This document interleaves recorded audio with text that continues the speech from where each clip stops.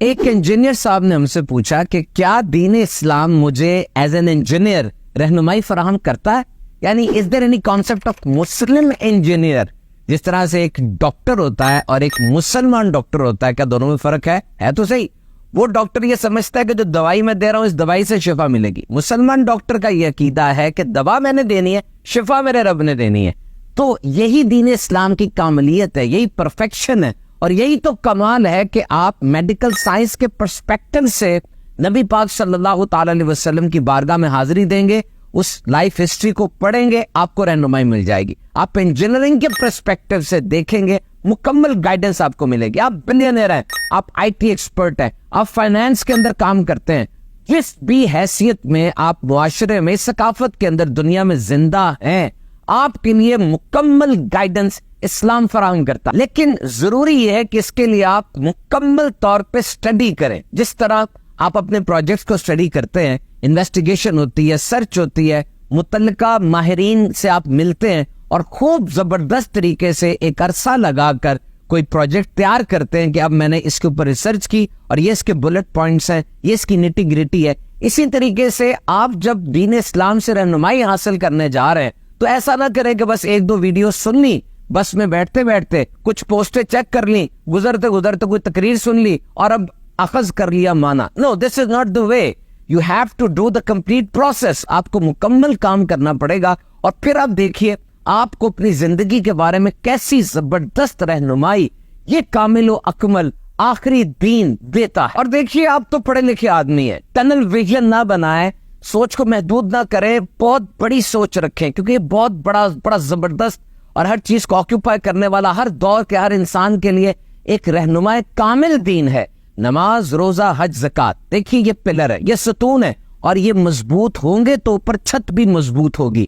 اچھے طریقے سے ان کو سمجھنا ہے، سیکھنا ہے، اور پھر اس پر عمل کرنا ہے، کیونکہ جب ان چیزوں کو مضبوط کر لیں گے، اچھے طریقے سے سیکھ لیں گے، تو ان کا اثر پوری زندگی پر پڑتا ہے۔ اگر آپ صحیح طریقے سے نماز پڑھیں گے، نماز آپ کو صحیح کر دے گی، نماز کو ٹھیک کر لیں، نماز آپ کو ٹھیک کر دے گی۔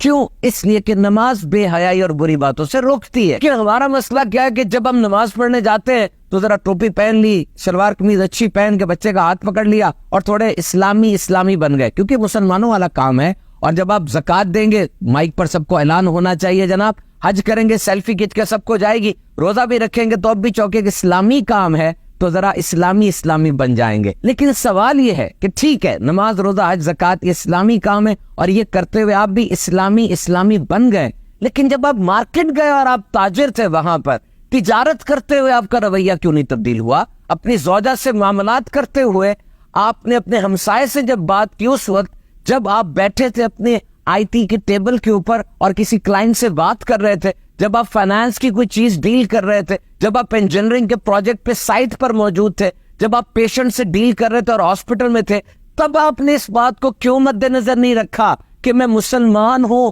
اور میرا اسلام ان تمام چیزوں کے بارے میں مجھے 100% اور بیسٹ گائیڈنس فراہم کرتا ہے؟ اور یہی تو زبردست ایک اسوہ کامل ہے کہ نبی برحق صلی اللہ تعالی علیہ وسلم کی حیات طیبہ 63 سال ہے، اور دیکھا جائے تو یہ بہت بڑا سپین آف لائف نہیں ہوتا، لیکن اس 63 سال کے اندر ایسا کمال، ایسی پرفیکشن ہے کہ دنیا کے ہر انسان کے لیے، بلکہ ہر دور کے ہر انسان کے لیے مکمل رہنمائی موجود ہے۔ دیکھیے آپ پروفیشنل ہیں نا، آپ کی زندگی ہے، صبح آپ کا اٹھنا، صبح اٹھنے کے بعد دعا پڑھنا، اپنے بستر کو صاف کرنا، نماز کی ادائیگی، قرآن مجید پڑھنا، اس کی قرات کرنا، اور پھر تلاوت کے ساتھ کچھ تشریح تفسیر بھی پڑھ لینا، ماں کے چہرے کی زیارت کرنا، بیوی کو مسکرا کے دیکھنا، کھانا آپ نے کھانا ہے، اب کھاتے وقت آپ دیکھ رہے ہیں مٹن ہے، چکن ہے، کون سا گوشت ہے، فرائی ہے کہ روسٹ ہے، لیکن اس سے پہلے آپ دیکھیں گے حلال ہے کہ حرام ہے۔ دفتر آ رہے ہیں آپ، رستے میں پتھر پڑا، پتھر ہٹا دے، اس کا بھی ثواب ہے۔ اور جب دفتر میں آئے، سینئر جونیئر کے ساتھ مینرز کیسے رکھنے ہیں جناب، سننا کیسے ہے، گفتگو کیسے کرنی ہے، چہرے پہ مسکراہٹ سجا کے رکھنی ہے۔ اور پھر سارے دن کے بعد وہ صبح آفس آئے تھے، باس کی جھڑکیاں، ادھر ادھر کی لیگ پولنگ، ٹریفک، دھواں، اس سب کے بعد جب انسان اکتا جاتا ہے تب ایک آواز آتی ہے، حی علی الفلاح، آؤ فلاح کی طرف، آ جاؤ آ جاؤ، اور سب کچھ چھوڑ کے اب آپ آتے ہیں، آ کر وضو کر کے ریفریش ہو جاتے ہیں، اور پھر آپ ایک خاص انداز سے یہ نماز کی ادائیگی ہوتی ہے، اور یہ سب کچھ کتنا بہترین ہو جاتا ہے۔ جس جگہ آپ کام کر رہے ہیں، رشوت، ملاوٹ، سود، غلط سفارش یہ نہیں کرنی، یہ سب کچھ دین اسلام کی گائیڈنس ہے. اور پیسہ جو مل رہا ہے، زکوٰۃ، خیرات، تحائف، کس انداز سے اس کو مینج کرنا ہے، علم جو حاصل کرنا ہے، اس کی بھی کیٹیگریز بتائی گئی ہیں کہ علوم بہت سے ہیں. سب سے پہلے کون سا ہے، سیکنڈ، تھرڈ، ہر ایک کے بارے میں تفصیلاً بتایا گیا. اور اگر آپ بیوی بچے والے ہیں تو گھر میں ان کی تربیت، ان کے ساتھ حسن سلوک، یہ بھی تو ہمارا اسلام سکھاتا ہے نا. یہ بات یاد رکھیے، ایک ہوتی ہے ایک چیز اور ایک ہوتی ہے کل حقیقت. ایک چیز سے مراد یہ ہے کہ کوئی بندہ بہت بڑا سائنسدان ہے، اس کی ذات میں آپ کو سائنس تو بڑی نمایاں نظر آئے گی لیکن باقی پہلو زیرو.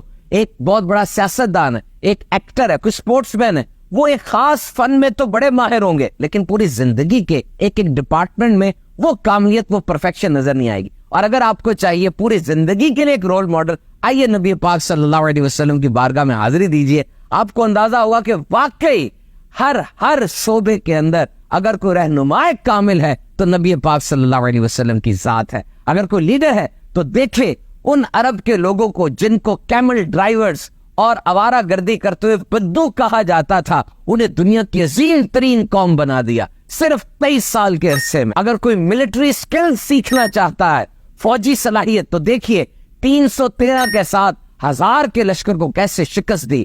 ہر غزوے کے بارے میں پورا پڑھیے، مینوورنگ کیسی زبردست جنگی حکمت عملی اختیار کی گئی. اگر کوئی پیرنٹ ہوڈ کے بارے میں، اچھا باپ اور اچھے ماں کیسے بن سکتے ہیں، اس کے اصول سیکھنا چاہتا ہے تو یاد رکھیے میرے آقا علیہ السلام کی شہزادی سیدہ کائنات فاطمہ الزہرا رضی اللہ تعالیٰ عنہ ہیں اور آپ کے نواسے حسن و حسین رضی اللہ تعالیٰ عنہ ہیں. کیسی تربیت ہے. اگر آپ انسانیت کے اصول سیکھنا چاہتے ہیں، دیکھیے فتح مکہ کے بعد کیسے سب کو عام معافی دے دی گئی. جنگی قیدیوں کے ساتھ جو سلوک روا رکھا گیا، کیا شان ہے میرے آقا صلی اللہ علیہ وسلم کی. دنیا میں امن اور مساوات کی بات کرتے ہیں. دیکھیے جارج برنارڈ شاہ اوپر چڑھ رہا تھا، کسی نے پوچھا how we can bring back the long lasting peace and happiness in this world. دنیا کو اس کا کھویا ہوا امن اور سکون کیسے لوٹایا جا سکتا ہے. اس نے جملہ کہا تھا bring back the system of محمد صلی اللہ علیہ وسلم. جاؤ مسلمانوں کے نبی کا نظام لے آؤ، دنیا کو کھویا ہوا امن اور سکون واپس مل جائے گا. حقوق کی پاسداری کی بات کرتے ہیں تو دیکھیے غلام اور عورت کو دین اسلام نے کیسے حقوق دیے. گول سیٹنگ، مقصد کی مضبوطی اور ڈٹرمنیشن کی بات کرتے ہیں تو یاد کیجئے جب میرے آقا صلی اللہ علیہ وسلم نے اپنے چچا سے یوں ارشاد فرمایا تھا کہ میرے ایک ہاتھ پر سورج ایک پر چاند بھی رکھ دیں گے، میں اپنے مشن سے ایک قدم بھی پیچھے نہیں ہوں گا. اور اپنے نانا جان کے اس مشن کو آگے بڑھاتے ہوئے کربلا میں امام حسین رضی اللہ تعالیٰ عنہ، what an astounding example of goal setting and determination. تعلیم و تربیت کی بات کرتے ہیں تو معلم انسانیت کی شاہکار تربیت آپ نے ابوبکر صدیق، عمر فاروق اعظم، عثمان غنی، حضرت علی المرتضی کرم اللہ تعالی وجہ الکریم رضی اللہ تعالیٰ عنہما، ان سب کی تربیت کی. اور ایسا تربیت کا شاہکار 1,24,000 کبوبے صحابہ ہیں اور ارشاد فرمایا تم ان میں سے جس کی پیروی کر لو نجات پا جاؤ گے. تعلیمی ادارے کی بات کرتے ہیں، دیکھیں انجینئرنگ یونیورسٹی میں صرف انجینئر بنتا ہے، میڈیکل کالج کے اندر میڈیسن کا ماہر ڈاکٹر بنتا ہے،